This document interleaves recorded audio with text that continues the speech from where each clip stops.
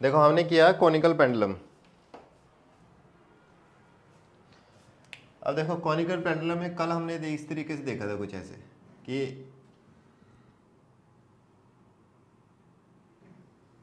एक मास m जो कैसे कर रहा है, कॉनिकल पेंडुलम में ऐसे से घूम रहा है ऐसे, ठीक है, और ये मान लिया थीटा बीटा है इस तरीके से। तो हमने दो चीज़ें कल निकाली थी, क्या क्या निकाला था कि एंगुलर मोमेंटम कितना होगा और टॉर्क कितना होगा, किसके अबाउट, इस पॉइंट O के अबाउट, ठीक है। तो टॉर्क एट पॉइंट O कितना आया था, mgl साइन थीटा, ठीक, mgl साइन थीटा। और L कितना आया था, L कितना आया था, मान लीजिए हमने ये भी मान लिया था कि वेलोसिटी क्या है, बाहर की तरफ है, ठीक है, और ये लेंथ क्या है L। तो एंगुलर मोमेंटम कितना आ गया था, mlv। क्या ये कांस्टेंट था, ये कांस्टेंट नहीं था, मैग्नीट्यूड वाइज तो कांस्टेंट था, लेकिन इसकी डायरेक्शन क्या हो रही थी, कंटिन्यूसली चेंज हो रही थी। और वो डायरेक्शन चेंज कौन कर रहा था, डायरेक्शन चेंज कौन कर रहा था, mg का टॉर्क। तो बेसिकली जो टॉर्क है ना यहाँ पे, ये क्या कर रहा था, L की डायरेक्शन को क्या कर रहा था, चेंज कर रहा था। कैसे चेंज कर रहा था वो समझते हैं, ठीक है। Now we will try to understand कि ये टॉर्क जो है वो L की डायरेक्शन को चेंज कैसे करता है, ठीक। अब तुम थोड़ा सा इधर देखो, अगर ध्यान दो कि हमने ये भी निकाला था कि torque is equal to DL by dt। देखो ये चीज़ बिल्कुल एनालॉगस है इसके, कि एक्सेलरेशन जो है वो dv बाई dt के बराबर होता है। क्या हमेशा एक्सेलरेशन की डायरेक्शन v के डायरेक्शन में ही होती है क्या, क्या एक्सेलरेशन और v डायरेक्शन सेम होती है या अपोजिट होती है हमेशा, नहीं, ऐसा नहीं होता। ये कैसी ऐसी बातें हैं, ये कुछ इस तरीके से बातें हैं कि जैसे हम सर्कुलर मोशन में जब घूमते हैं, ठीक है, किसी एक पॉइंट पे अगर वेलोसिटी की डायरेक्शन इस तरफ है, let's say this is v1, after some time velocity की डायरेक्शन क्या हो जाएगी, ऐसी, लेकिन एक्सेलरेशन किधर रहता है, अंदर की तरफ। एक्सेलरेशन किधर रहता है, रेडियल एक्सेलरेशन किधर रहता है, अंदर की तरफ। अब इसका कहने का मतलब क्या है कि यहाँ पे जो एक्सेलरेशन है वो क्या करता है, वेलोसिटी की डायरेक्शन को चेंज करता है। रेडियल एक्सेलरेशन ही चेंज करता है ना वेलोसिटी की डायरेक्शन को। वो कैसे कर पाता है, वो इस तरीके से करता है कि एक्सेलरेशन मेक श्योर कि जो v2 है वो इस तरीके से आए कि इन दोनों का जो रिजल्टेंट है ना, इन दोनों का क्या है रिजल्टेंट, वो एक्सेलरेशन के डायरेक्शन में आए। देखो कैसे आएगा, अगर मान लो ये वेलोसिटी ऐसे, इन दोनों dv बाई dt मतलब change in velocity. Change in velocity का मतलब अगर इसको मेरे को माइनस कर, चेंज मतलब क्या है, इसको माइनस कर दूं तो v2 ऊपर है तो v1 नीचे, क्योंकि मेरे को सब्ट्रैक्ट करना है वेक्टोरिकली। इन दोनों का रिजल्टेंट कहाँ पे होगा, हमेशा अंदर की तरफ। कभी भी करके देख लो, हमेशा अंदर की तरफ बनेगा इन दोनों का रिजल्टेंट। तो बेसिकली एक्सेलरेशन मेक श्योर कि वेलोसिटी की direction will be such that the difference between these two velocities resultant will always be in the same direction of acceleration। एक बार ये डायग्राम बनाओ, इस तरीके से v2 v1 बनाओ, एक्सेलरेशन की डायरेक्शन ऐसे लगाओ और लिखो, ठीक है। सबसे पहली लाइन लिखो, इसको साइड में ऐसे बॉक्स बना के लिख लेना और स्टार कर लेना इसको समझने के लिए, ठीक है। इसमें सबसे पहले तो ये लिखो कि radial acceleration is the cause of circular motion, पहली चीज, ठीक। दूसरी चीज, the direction of v2 will be adjusted by acceleration in such a way that resultant of v2 minus v1 is always in the same direction of acceleration। हमेशा v2 इस तरीके से adjust होगा कि v2 और v1 की जो resultant होगा, ठीक है, वो क्या होगा, हमेशा एक्सेलरेशन के डायरेक्शन में होगा। ये चीज समझ में आई कि नहीं आई, ठीक है। तो अगर मैं v2 v1 की बात कर रहा हूं तो मैं ऐसे भी बोल सकता हूं कि v फाइनल और v इनिशियल, मतलब वी फाइनल की डायरेक्शन इस तरीके से एडजस्ट करेगा कि v1 और v2 का जो रिजल्टेंट है वो कहाँ पे आए, एक्सेलरेशन की डायरेक्शन में आए, हमेशा ऐसे होगा। ठीक है, तो अगर मेरे को ये चीज़ समझ में आती थी पहले, तो इसको भी मैं ऐसे ही कर सकता हूँ। कैसे, देखो अब ये जो टॉर्क है, इस टॉर्क की डायरेक्शन किस तरीके से होगी कि हमेशा वो जो एल फाइनल और एन इनिशियल, एल फाइनल और एल इनिशियल, इन दोनों के रिजल्टेंट की डायरेक्शन में हमेशा क्या होगा, टॉर्क। टॉर्क कैसे होगा, हमेशा इन दोनों के रिजल्टेंट की डायरेक्शन में। ठीक है, अगर एल इनिशियल 0 है तो टॉर्क की डायरेक्शन किधर होगी, जहाँ पे एल फाइनल होगा। ठीक है, और अगर एल इनिशियल 0 नहीं है तो इन दोनों के रिजल्टेंट, इन दोनों का जो रिजल्टेंट आएगा उसकी डायरेक्शन में क्या होगा, टॉर्क। ठीक है, अभी इसको समझते हैं, देखो किस तरीके से, इन दोनों के डायरेक्शन में क्या होगा, टॉर्क। ठीक, दूसरी चीज़, ये चीज़ लिख लेना है, इसको बिल्कुल इसका एनालॉगस लिख लेना। ठीक है, कि टॉर्क मेक श्योर्स, जैसे एक्सेलरेशन के बारे में लिखा वैसे टॉर्क के बारे में लिखो अभी, कि torque make sures the direction of L final in such a way that the direction of L final and L initial, the direction of resultant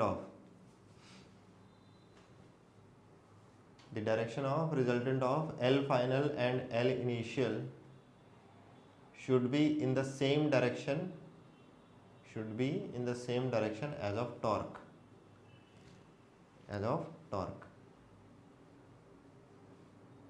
ठीक है, अब देखो इस चीज़ को यहाँ पे समझते हैं, इस पर्टिकुलर कॉनिकल पेंडुलम से इस चीज़ को समझते हैं। देखो किस तरीके से, अब हम इस पॉइंट O की बात कर रहे हैं। ठीक है, एक लाइन और लिखो यहाँ पे, स्टार करके लिखना, torque and angular momentum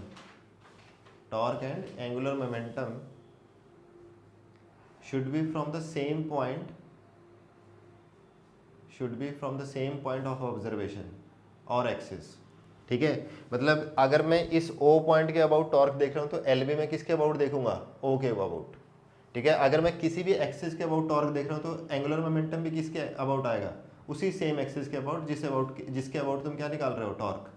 same चीज़ हमने की थी जब मोमेंट ऑफ इनर्शिया की बात कर रहे थे हम लोग। ठीक है, तो मोमेंट ऑफ इनर्शिया और टॉर्क, जिस एक्सिस के अलॉन्ग हम मोमेंट ऑफ इनर्शिया देख रहे हैं उसी एक्सिस के अबाउट क्या देखते हैं, टॉर्क। ठीक है, तो torque is equal to I into alpha. इसी तरीके से एल और टॉर्क, मतलब जिस पॉइंट के अलॉन्ग तुम ऑब्जर्व कर रहे हो, जिस पॉइंट के अराउंड तुम ऑब्जर्व कर रहे हो, सारे के सारे पैरामीटर तुम वहीं से ऑब्जर्व करोगे, किसी और एक्सिस से नहीं। ठीक, अब मुझे ये बताओ, अगर O के अबाउट में घूम रहा हूँ v वेलोसिटी से, तो एंगुलर मोमेंटम की डायरेक्शन किधर आती थी, ऐसे, कल ही निकाला था ना, इस तरीके से। ठीक है, इसी पर्टिकुलर केस में टॉर्क की डायरेक्शन किधर है, देखो अगर ये डायरेक्शन ऐसे है मोमेंटम की, तो इस पॉइंट पे अगर मैं देखूंगा, इस पॉइंट के अबाउट देखना ना मुझे, तो एल की डायरेक्शन किधर है, इधर, ऐसे, बिल्कुल ऐसे पैरेलल। ठीक, टॉर्क की डायरेक्शन किधर है, ये एल था, ये भी एल है। ठीक है, टॉर्क की डायरेक्शन किधर है, डायरेक्शन ऑफ टॉर्क mg किधर लग रहा है, ये L, तो ये साइन थीटा, तो mgl साइन थीटा, डायरेक्शन किधर है, L साइन थीटा, फोर्स बाहर की तरफ, किधर है, बाहर की तरफ। तो इन दोनों के बीच में देखो ये कुछ ऐसे चल रहा है, L इधर और टॉर्क इधर, L इधर और टॉर्क इधर, देख बिल्कुल ऐसे चल रहा है। टॉर्क ऐसे लग रहा है, L ऐसे लग रहा है, ये क्या है मेरा, L इनिशियल। किसी भी एक पॉइंट पे अगर मैं देखूँ तो L इनिशियल ये होगा। ठीक है, तो अब L फाइनल किधर होना चाहिए, इसको वो करने के लिए क्या कहते हैं, इन दोनों का मतलब L इनिशियल और एक दूसरा L फाइनल, उन दोनों को इस तरीके से एडजस्ट करना है कि उनकी दोनों की डायरेक्शन किधर हो जाए, टॉर्क की डायरेक्शन में हो जाए। तो L को किधर होना पड़ेगा, ऐसे। ठीक है, अभी मैं वो ट्रायंगल बना के दिखाता हूँ तो मैं समझ में आएगा किस तरफ होना चाहिए, ऐसे, सो दैट कि इन दोनों का रिजल्टेंट जो है किसकी डायरेक्शन में आ जाए, टॉर्क की डायरेक्शन में। तो तभी इसलिए क्या होता है कि ये ऐसे ऐसे घूमने की कोशिश करता है, तो एल फाइनल अपने आप को इधर लेके आएगा, वो क्या होगा, घूम जाएगा। ठीक है, फिर घूम जाएगा, फिर घूम जाएगा, और ये हमेशा क्या करता है, घूमता ही रहता है। ठीक है, तो इसलिए कॉनिकल पेंडुलम क्या करता है, हमेशा सर्कुलर मोशन करता रहता है। अब देखो इसको इस तरीके से समझो, जैसे मान लो तुम्हारी एल इनिशियल की डायरेक्शन ये है मान लो, ठीक है, और टॉर्क किधर लग रहा है, इधर, एक दूसरे के 90 डिग्री है ना, देख ये ऐसे और ये ऐसे, इन दोनों के बीच में कैसा है 90, तो मैंने यहाँ पे 90 बना दिया इस तरीके से, और टॉर्क किधर लग रहा है, इसके टिप पे लग रहा है।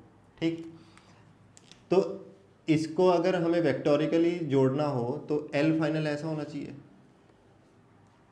देखो इन दोनों को क्या मिलाएगा ये, तो ऐसे देखो torque plus L initial is equal to L final. ठीक है, वेक्टर लॉ क्या कहता है, torque plus L initial is equal to L final vectorially. तो टॉर्क इज इक्वल टू क्या होगा, L final minus L initial. Torque की direction किस तरफ है, इन दोनों के रिजल्टेंट के साथ, इन दोनों के क्या है, रिजल्टेंट के साथ। ठीक है, ये चीज़ समझ में आई। ठीक है, लिखो एक बार इसको। देखो एक और इम्पॉर्टेंट चीज़ इसी फॉर्मूले से, torque is equal to D L by D T से, अगर तुम्हें ध्यान हो कि acceleration is equal to D V by D T होता था, अगर एक्सेलरेशन 0 हो तो v कैसा होता था, कांस्टेंट। v क्या होता था, कांस्टेंट। तो इसी तरीके से मैं यहाँ पे भी बोल सकता हूँ कि if torque is equal to 0 then l is what, constant.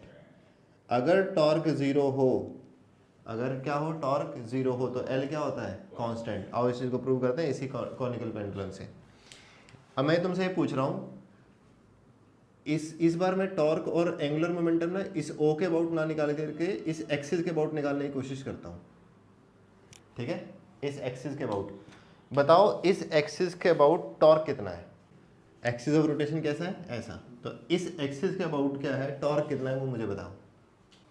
एक बात बताओ मुझे, मैंने तुम्हें एक्सिस ऑफ रोटेशन कराया था क्या। ठीक है, एक्सिस ऑफ रोटेशन में अगर तुम्हें ध्यान हो तो हमने इस तरीके से किया था, अगर कुछ ऐसे तेरे को याद है तो, एक ऐसे डोर था, ठीक है, ये था एक्सिस ऑफ रोटेशन, याद है। यहाँ पे मैंने तुम्हें 3 फोर्स लगवाई थी, कौन कौन सी फोर्स, एक फोर्स ऐसे, एक फोर्स इस तरीके से लगी थी, और एक फोर्स ऐसे लगी थी, याद है कुछ। ठीक, हमने बोला था कि यहाँ पे F1, ये F2 और ये कुछ ऐसे F3, ये जो भी ऑर्डर था वटेवर जो भी है, इस F1 की वजह से इस एक्सिस का वो टॉर्क कितना आया था, F1 की वजह से इस एक्सिस के वो टॉर्क कितना आया था, 0 आया था। क्यों, क्योंकि R और F के बीच में एंगल कितना है, 0। ठीक, इस F2 और इसकी वजह से, इस F2 की वजह से टॉर्क कितना आया था, क्या आया था, 0। क्योंकि ये वाला जो फोर्स है क्या इस डोर को घुमा सकता है, क्या नहीं घुमा सकता। क्यों नहीं घुमा सकता, क्योंकि घूमने के लिए कंडीशन चाहिए होती है, कौन सी, पैरेलल नहीं है, परपेंडिकुलर है। घूमने के लिए क्या चाहिए होता है कि टॉर्क जो है वो एक्सिस के पैरेलल होना चाहिए। टॉर्क की डायरेक्शन कैसे होनी चाहिए, एक्सिस के पैरेलल। अगर तुम इसमें ध्यान से देखो, यहाँ पे आर इधर, एफ इधर, तो टॉर्क किधर लग रहा है, एक्सिस के परपेंडिकुलर। एक्सिस कैसा लग रहा है, परपेंडिकुलर, तो ये इसको घुमा नहीं सकता है। तो F2 की वजह से जो टॉर्क का इफेक्ट है इस एक्सिस के ऊपर, वो क्या है, 0 है। लेकिन इसी केस में ये वाला, इस केस में देखो R इधर, F इधर, तो टॉर्क की डायरेक्शन किधर आई, एक्सिस के पैरेलल। तो ये वाला फोर्स दरवाजे को घुमा सकता है, लेकिन ये वाला फोर्स घुमा नहीं सकता। अब यहाँ पे ध्यान दे, तूने क्या किया, तूने ब्लाइंडली ऐसे चला, ये R जो कि तू तो R cos थीटा कह रहा है, ये R cos थीटा mg इधर, इधर तूने बोला टॉर्क इधर। भाई टॉर्क की डायरेक्शन एक्सिस के कैसे है, परपेंडिकुलर। तो क्या यहाँ पे इस पर्टिकुलर केस में जो टॉर्क लग रहा है इसको घुमाने में हेल्प करेगा क्या, तो नहीं करेगा। तो इसका मतलब टॉर्क क्या है यहाँ पे, 0। टॉर्क क्या आएगा यहाँ पे, 0। क्यों टॉर्क 0 है, समझ में आया। क्योंकि यहाँ पे जो टॉर्क की डायरेक्शन है वो कैसी है, एक्सिस के परपेंडिकुलर, और वो टॉर्क की डायरेक्शन जो है उसको घुमाने में हेल्प करने वाली नहीं है। तो इसकी वजह से टॉर्क क्या है यहाँ पे, 0। टॉर्क बेसिकली होता क्या है, एक ऐसा फोर्स जो किसी भी बॉडी को घुमाने में हेल्प करता है। अब जब वो हेल्प ही नहीं कर रहा तो फिर उसका फायदा क्या है, उसका कोई यूज नहीं है। तो इसका मतलब टॉर्क क्या है, 0। टॉर्क क्या है, 0। तो लिखो यहाँ पे बड़े बड़े बोल्ड अक्षरों में स्टार करके कि यहाँ पे टॉर्क 0 है, और वो क्यों है वो भी लिखो, क्योंकि जो टॉर्क की डायरेक्शन है वो एक्सिस के क्या है, परपेंडिकुलर, और वो परपेंडिकुलर डायरेक्शन जो है वो घुमाने में हेल्प नहीं करेगी, तो इसलिए टॉर्क क्या है, 0। ठीक है, इसके नीचे एक लाइन और लिख लो, ये वैसे मैं लिखवा चुका हूँ पहले भी, लेकिन एक बार और लिख लो कि टॉर्क इज इक्वल टू क्या होता है, आर क्रॉस एफ। टॉर्क क्या होता है, आर क्रॉस एफ। तो बेसिकली जो टॉर्क की डायरेक्शन है वो आर क्रॉस एफ का कौन सा कंपोनेंट यूज करते हैं हम, पैरेलल, एक्सिस के पैरेलल वाला कंपोनेंट यूज करते हैं। एक्सिस के कौन सा यूज करते हैं, पैरेलल कंपोनेंट। ठीक है, ये चीज समझ में आई। अच्छा, अब एल अबाउट इस एक्सिस के बताओ। अब तुम्हें निकालना है ये एल एंगुलर मोमेंटम। नेक्स्ट इसी में देखो, अब तुम मुझे बताओ कि एल अबाउट दिस एक्सिस क्या होगा। देखो इधर देखो, एल इधर है एक्चुअल में। ठीक है, अब एल के देखा जाए तो दो कंपोनेंट हो सकते हैं, एक ये और एक ये। अगर समझ में आ रहा है किस तरीके से मैं बोल रहा हूँ, एल ऐसे है, इसके परपेंडिकुलर कंपोनेंट दो हो सकते हैं, एक तो इस तरफ और एक इस तरफ। ठीक है, अगर ये थीटा तो ये थीटा, तो ये 90 माइनस थीटा। अगर ये 90 माइनस थीटा तो एल का एक कंपोनेंट लगेगा L cos 90 minus theta, which is L sine theta. L sine theta component किधर है, ऊपर की तरफ है, और यही जो है वो एक्सिस के कैसा है, पैरेलल। एक्सिस कैसा है, पैरेलल। देखो ये वाला कंपोनेंट जो है वो एक्सिस कैसा है, परपेंडिकुलर, जो कि इसको घुमाने में हेल्प नहीं करने वाला। लेकिन ये वाला कंपोनेंट जो है वो किस, ये जो टॉर्क लग रही थी तुम्हारी, टॉर्क क्या है, 0। देखो एल साइन थीटा, अब इधर ध्यान देना, जब मैंने बोला इस एक्सिस के अबाउट टॉर्क 0, तो एल कैसा होना चाहिए, कांस्टेंट। अब एल कांस्टेंट, इस पर्टिकुलर एल को देखो, इस पर्टिकुलर एल को, क्या ये कांस्टेंट है, नहीं, इसकी डायरेक्शन तो हमेशा चेंज हो रही है। ठीक है, क्या ये वाला कांस्टेंट है, नहीं, इसकी डायरेक्शन भी क्या हो रही है, चेंज हो रही है हमेशा। तो एल साइन थीटा को देखो, एल साइन थीटा देखो इस तरीके से, ऐसे, हमेशा इसकी डायरेक्शन कैसी है, सेम, ऊपर की तरफ। लेकिन इसकी डायरेक्शन कैसी है, पहले इधर थी, अब इधर होगी, अब इधर होगी, अब इधर होगी, अब इधर होगी। तो एल का ये वाला कंपोनेंट तो चेंज हो रहा है, लेकिन ये वाला कंपोनेंट क्या है, fix. This component is fix. तो बेसिकली इस एक्सिस के अबाउट जो एल लिखा जाएगा वो क्या लिखा जाएगा, L sine theta, that is M L V sine theta. M L V sine theta, L क्या था, एम एल वी था ना, उसका साइन थीटा कंपोनेंट, तो M L V sine theta. ये चीज़ समझ में आई। और इसकी डायरेक्शन और मैग्नीट्यूड क्या है, हमेशा कांस्टेंट। क्यों कांस्टेंट है, क्योंकि इसकी डायरेक्शन हमेशा क्या है, ऊपर की तरफ है, हमेशा ऊपर की तरफ है। देखो ऐसे ऐसे घूमेंगे, ठीक है, लेकिन इसकी डायरेक्शन क्या है, चेंज हो रही है। तो एल कॉस थीटा कंपोनेंट तो क्या है, चेंजिंग, लेकिन एल साइन थीटा कंपोनेंट क्या है, फिक्स्ड।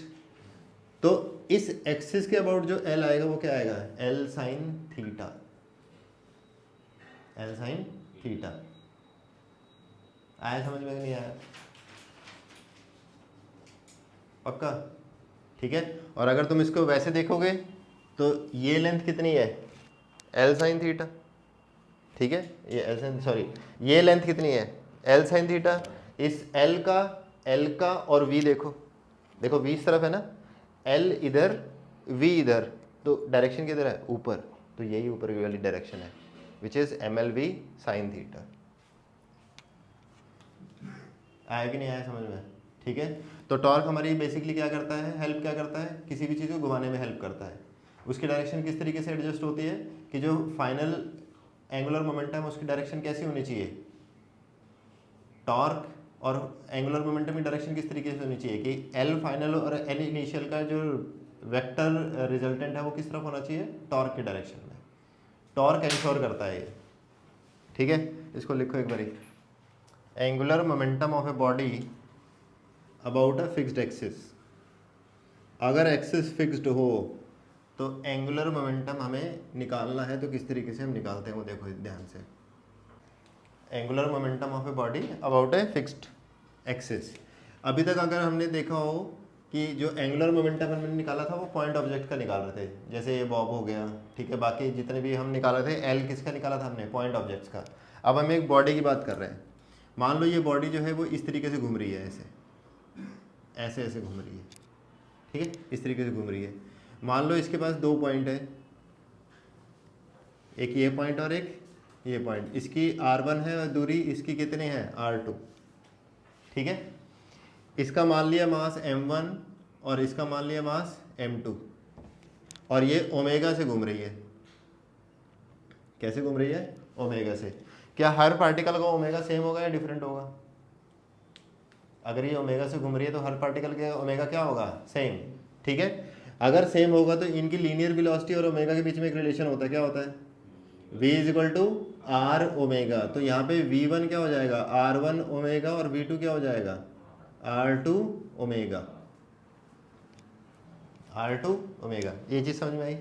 ठीक है। अगर मेरे को किसी भी पॉइंट का, अगर मेरे को इस पॉइंट का एंगुलर मोमेंटम लिखना है तो मैं क्या लिखूंगा? हाँ, क्या लिखूंगा?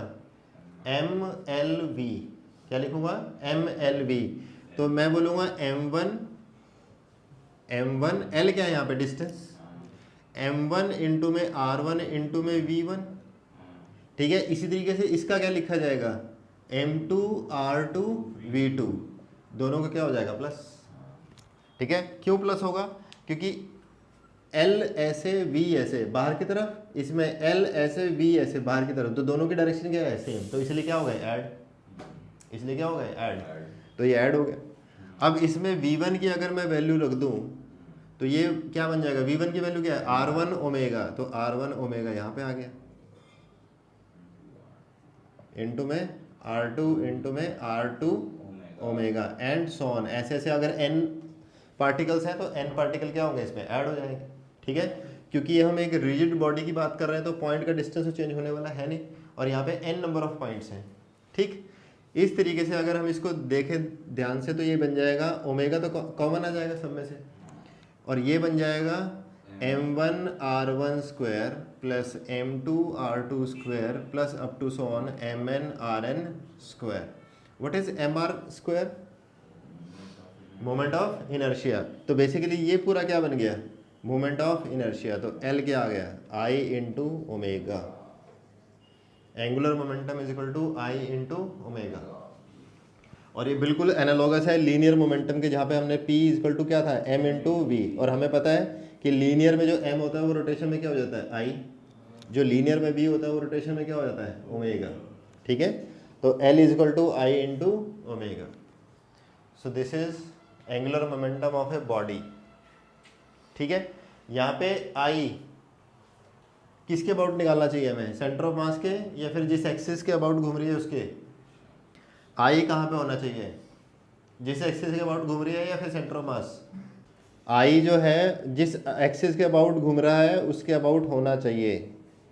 I should be same from the same axis where L is taken.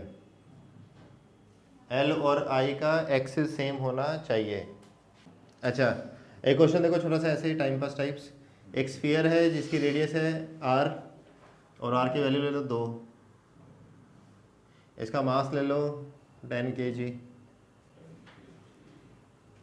बताओ एंगुलर मोमेंटम, और इसकी ओमेगा ले लो, चलो ओमेगा ले लो 2 रेडियन पर सेकेंड। स्फीयर है, सॉलिड स्फीयर है, ऐसे घूम रहा है, इस तरीके से घूम रहा है। ओमेगा कितनी है? 2 रेडियन पर सेकेंड। बताओ एल कितना है? बताओ एल कितना है? हाँ, 2 रेडियन पर सेकेंड, और इधर है 2 मीटर, इधर है 10 kg। आई कितना आ गया इसके अंदर? इसका आई कितना है? 2/5 m r स्क्वायर, मतलब 4, तो कितना हो गया? 16। आई तो हो गया 16। ओमेगा कितना है इसका? 2, तो एल कितना आ गया? 32। सिंपल। मतलब ऐसे ऐसे क्वेश्चन तुम कर सकते हो। आई निकालना आना चाहिए बस तुम्हें, आई निकालना आना चाहिए। ओमेगा ओमेगा तो दे रखा होता है, तो एल तुम यहाँ से सिंपली निकाल सकते हो। बिल्कुल बेसिक वाले क्वेश्चंस, ठीक है। अब देखो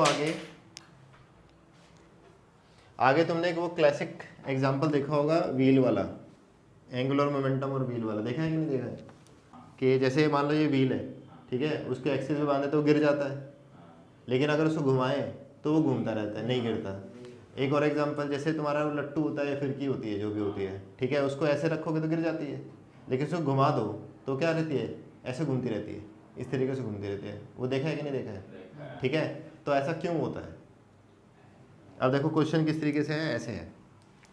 अब मतलब है तो बिल्कुल कॉन्सेप्चुअल सा, लेकिन तुम्हें थोड़ा सा अंडरस्टैंडिंग बननी चाहिए। जैसे मान लो ये व्हील है, साइड व्यू दिखा रहा हूँ मैं इसका तुम्हें, ऐसे, ठीक है। ये इसकी एक्सिस ऑफ रोटेशन, अगर मैं इसको घुमाऊँ तो ये ऐसे ऐसे घूमेगा, इस तरीके से, ठीक है।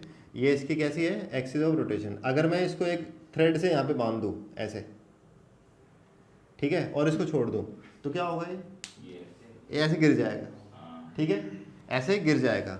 लेकिन अगर मैं इसको ऐसे घुमा दूँ तो ये गिरता नहीं है, ये ऐसे ही रहेगा, और ऐसे साथ क्या करता है, घूमता भी रहता है। देखो इस केस में दिख रहा है तुम्हें ऐसे, देखो ये व्हील है, इस तरीके से ये अगर एक्सिस से बंधा हुआ है, ठीक है। अब ये बंदा आया, इसने क्या किया, इसको देखो घुमाया, अब जैसे घुमाएगा इसको क्या कर देगा, सीधा कर देगा, देखो ऐसे, ठीक है। इसको स्पीड दे दी, एक मोमेंटम दे दिया इसको। अब देखो किसने क्या किया, ऐसे रखा, अब ये गिरेगा नहीं, देखो ऐसे ऐसे घूमता रहेगा, ठीक है। अगर इसको ये उल्टी डायरेक्शन में घुमाता तो फिर ये उल्टा घूमना स्टार्ट कर देता है ऐसे, और जैसे जैसे इसकी स्पीड धीरे होती रहेगी वैसे वैसे क्या आएगा, वापस नीचे आ जाएगा ये, ठीक है। अब मेरा क्वेश्चन ये है कि पहली बात तो ये नीचे क्यों नहीं आया। क्वेश्चन, दो क्वेश्चन बन जाते हैं इसके ऊपर। क्या क्या क्वेश्चन है कि पहली बात तो क्या है, ये नीचे क्यों नहीं आया एकदम, जब घूम रहा है तो नीचे क्यों नहीं आया, और दूसरा ये घूमा क्यों, ऐसे ऐसे क्यों घूमा। अब इसको ऑब्जर्व करने की कोशिश कर रहे हैं हम, देखो अभी नीचे आ जाएगा, धीरे धीरे आ रहा है ना नीचे, ठीक है। तो यही हमें सीखना है। एक्चुअल में थ्योरेटिकली जो हमने पढ़ा, क्या वो प्रैक्टिकल भी होता है कि नहीं, प्रैक्टिकली तो हो रहा है, लेकिन अब इसको थ्योरी से जस्टिफाई करते हैं किस तरीके से। तो तुम बता सकते हो, दो सिनेरियो है हमारे पास। एक पहला सिनेरियो क्या है कि जब इसको नहीं घुमाया तो ये नीचे क्यों गिरता है, पहली चीज़। दूसरी चीज़, हमने इसको घुमाया, मतलब इस तरीके से बन गया ये, ऐसे समझो, ये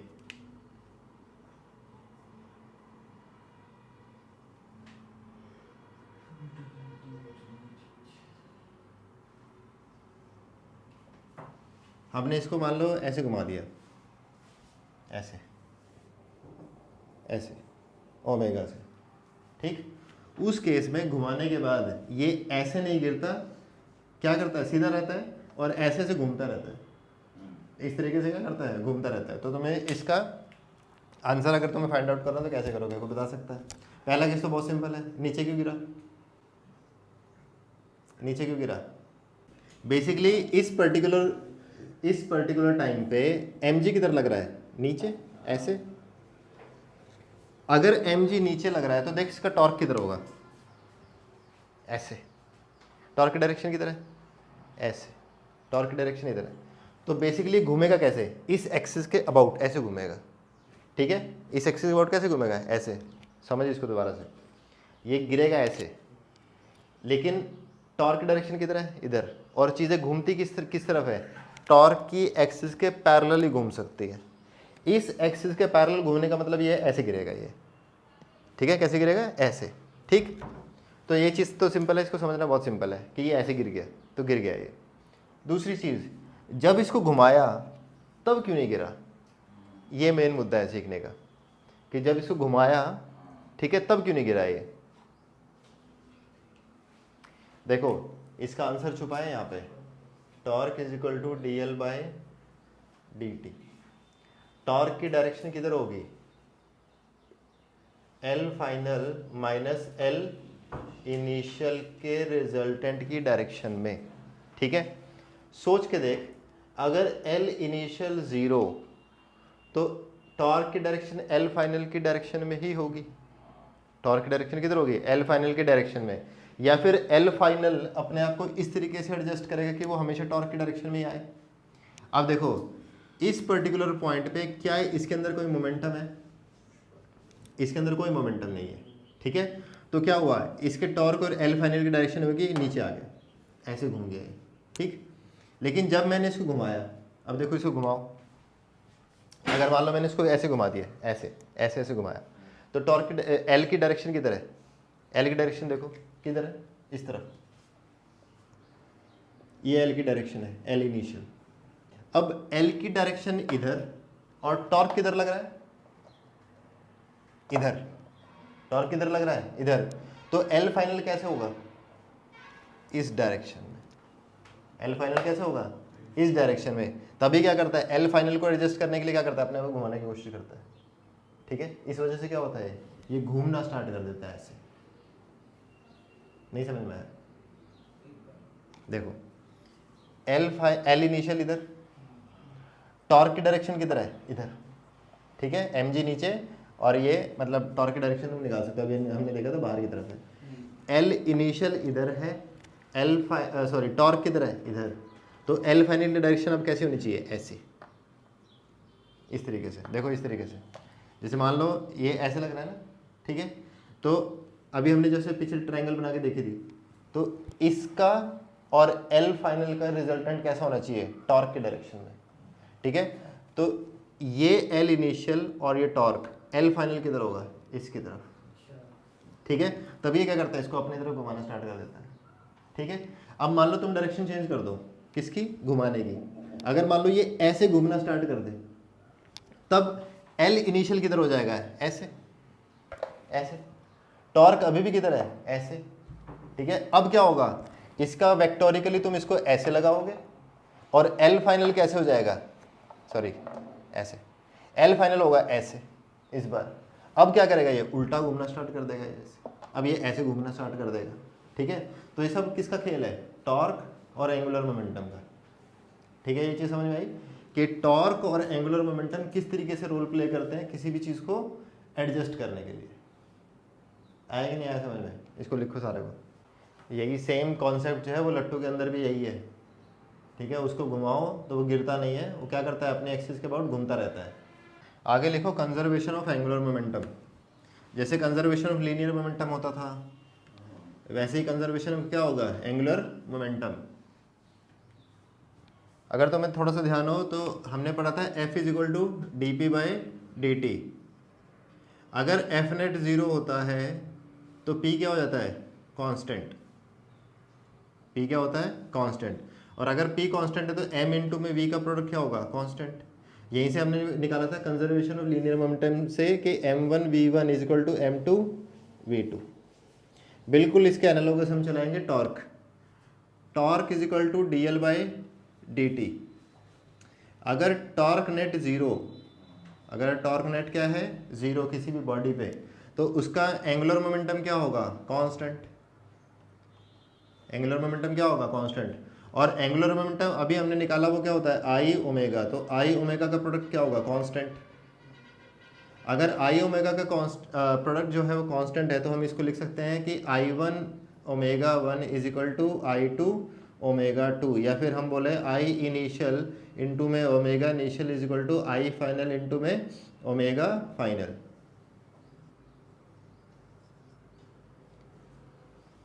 कि लीनियर मोमेंटम में, सॉरी एंगुलर मोमेंटम भी क्या होता है, कंजर्व। कब, जब टॉर्क क्या हो, ज़ीरो।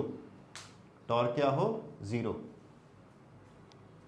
ठीक है, इसके ऊपर भी तुमने क्लासिक एग्जांपल देखा होगा, वो लड़की वाला। ठीक है, कि जो आइस स्केटिंग वाले देखा है ना तुमने। ठीक है, आइस स्केटिंग में क्या होता है, जब उसको घूमना होता है तो अपनी बाहों को क्या कर लेते हैं, वो समेट लेती है इस तरीके से। तो उसकी क्या होती है, एंगुलर स्पीड बढ़ जाती है, और अगर वो धीरे करनी होती है तो अपनी बाजू को क्या कर लेते हैं, फैला लेती है। ठीक है, वो किसका खेल है, एंगुलर मोमेंटम कंजर्वेशन का खेल है। ठीक है, अगर इसको प्रूव करना है तो प्रूव तो क्या करना है, मतलब इस तरीके को ऐसे समझना है, जैसे मान लो एक पर्सन है इस तरीके से ऐसे घूम रहा है। ठीक है, तो मान लो इसका वेट कितना है, लेट से 40 kg वेट है इसका। मास कितना हो गया, 40 kg। ठीक, इनिशियली जब वो अपनी बाजुओं को फैला रखा है उस टाइम पे आई जो है लेट से है इसका 10, इसका आई कितना है, लेट से 10। ठीक है, और ओमेगा कितना है उस टाइम पे, 20 रेडियन पर सेकंड, ऐसे ही मान लिया बस। ठीक है, अब मैं ये बोल रहा हूँ कि जब ये अपनी बाहों को क्या कर लेता है, ऐसे समेट लेता है अपने पास। ठीक है, तो इसका आई क्या होगा, घटेगा बढ़ेगा, आई क्या होगा, घटेगा बढ़ेगा, घटेगा। ठीक है, लेट से वो हो गया 5, वेट तो वही रहेगा, वेट तो चेंज होने वाला नहीं है। बताओ ओमेगा कितनी होगी, बताओ ओमेगा कितनी होगी, इसका I1 कितना है 10, इंटू में ओमेगा कितना है 20। ठीक है। दूसरे केस में आई कितना हो गया 5 और ओमेगा हमें निकाला तो कितना हो गया omega is equal to 40, double हो गई स्पीड। स्पीड क्या हो गई डबल, ठीक है। अच्छा इससे कभी कभी एक चीज़ और पूछी जाती है इस तरीके से कि अगर टॉर्क जीरो तो एल कांस्टेंट, तो क्या काइनेटिक एनर्जी कांस्टेंट, क्या काइनेटिक एनर्जी कांस्टेंट होगी? नहीं, काइनेटिक एनर्जी कांस्टेंट नहीं रहती। क्यों? क्योंकि देखो तुम्हारे सामने यह ओमेगा चेंज हो रहा है, ओमेगा चेंज हो रहा है और काइनेटिक एनर्जी क्या होती है half I omega square, half I omega square. तो ओमेगा अगर चेंज होता है तो इसका मतलब क्या है काइनेटिक एनर्जी भी चेंज होगी, ठीक है। तो ऐसे लिख लेना इसको, torque is equal to zero implies what? L is constant, implies what? Omega is not constant, omega भी constant नहीं होता, and implies what? Kinetic energy is also not constant. Kinetic energy और ओमेगा कांस्टेंट नहीं रहते, सिर्फ L क्या रहता है कांस्टेंट, ठीक है। आया समझ में?